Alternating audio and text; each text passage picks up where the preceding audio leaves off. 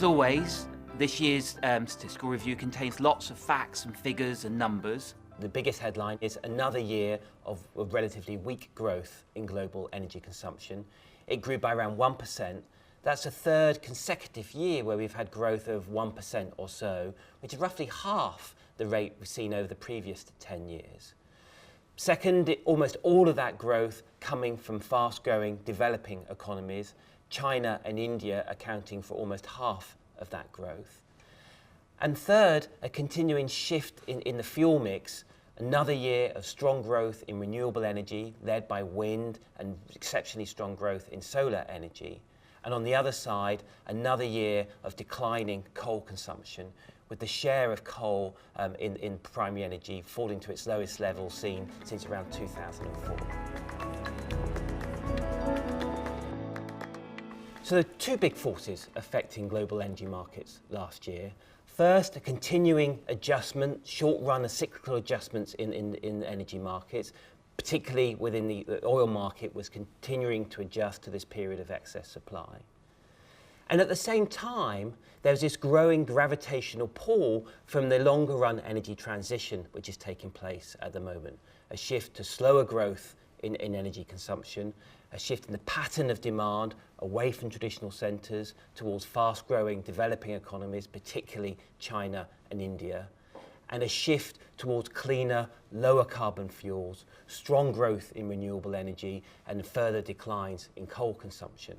And one of the values of the statistical review this year is to help understand the impact of these two forces, how much of what we saw last year was a response to short-run factors and how much associated with this longer-run energy transition and the implications that may have for future developments. So for the oil market, I think we can think of 2016 as a year of adjustment. Oil demand continued to grow strongly last year, supported by low oil prices. And those low oil prices then started to bite on oil supply, particularly non-OPEC supply, which declined sharply, the biggest decline we've seen for 25 years or so. That combination of strong oil demand, weak supply, allowed the market to gradually adjust, bringing back daily consumption and daily production broadly into balance by the second half of the year. But that left oil stocks at record high levels, and that carried on pushing down on prices. So we saw another year of weak oil prices. So developments in the oil market in 2016 were dominated by the behaviour of two major actors. In terms of tight oil, it has responded to price signals more quickly than conventional oil, falling off and then coming back on, and in doing so has acted to dampen volatility in the market. And it's underpinned the sort of key resilience that we're seeing in US tight oil. In terms of OPEC, it had a big impact towards the end of last year when it announced a cut in production in order to increase the pace at which inventories were brought back to more normal levels, and reminded people that OPEC continues to have a major role within the oil market. For natural gas, 2016 saw relatively modest demand growth and quite weak supply. Supply was essentially flat, held back particularly in the US by falling gas prices. But perhaps the dominant feature of natural gas last year was the continuing growth of liquefied natural gas, LNG, with very strong growth in Australian LNG exports.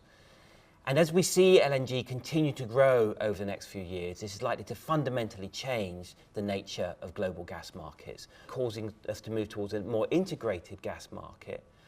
We're also shifting towards a more flexible market for natural gas. So we saw another sharp decline in both coal consumption and production last year.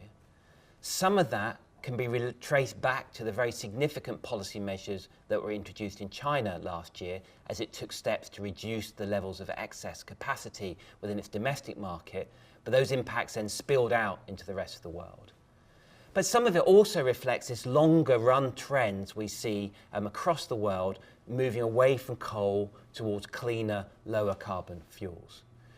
The UK was a particularly pronounced example here, where we saw the full cycle in terms of coal production and consumption, from its beginning use in the 1800s to it almost being phased out in 2016.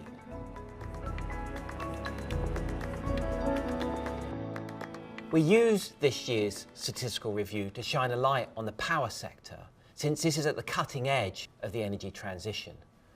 One of the key features of the power sector over the last few years is we've seen almost no growth within power demand within the OECD economies, even as their economies are developed. And we think much of this can be linked back to improving energy efficiency. And in terms of the fuel mix, we see this sort of shift with strong growth in renewable energy, particularly wind and solar, and that's squeezing the growth, particularly in coal, but also more recently in natural gas as well.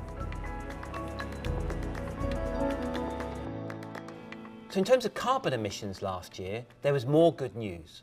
Carbon emissions were essentially flat last year, which is the third consecutive year where we've had flat or falling carbon emissions, so quite a decisive break from the past. Much of this slowing we've seen in carbon emissions over the last few years can be traced back to the very fundamental changes we're seeing happening in the Chinese economy and the way it uses energy.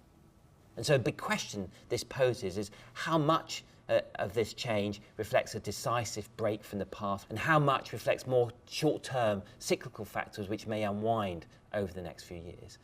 And I think our best guess, looking at the data in detail, is a little bit of both.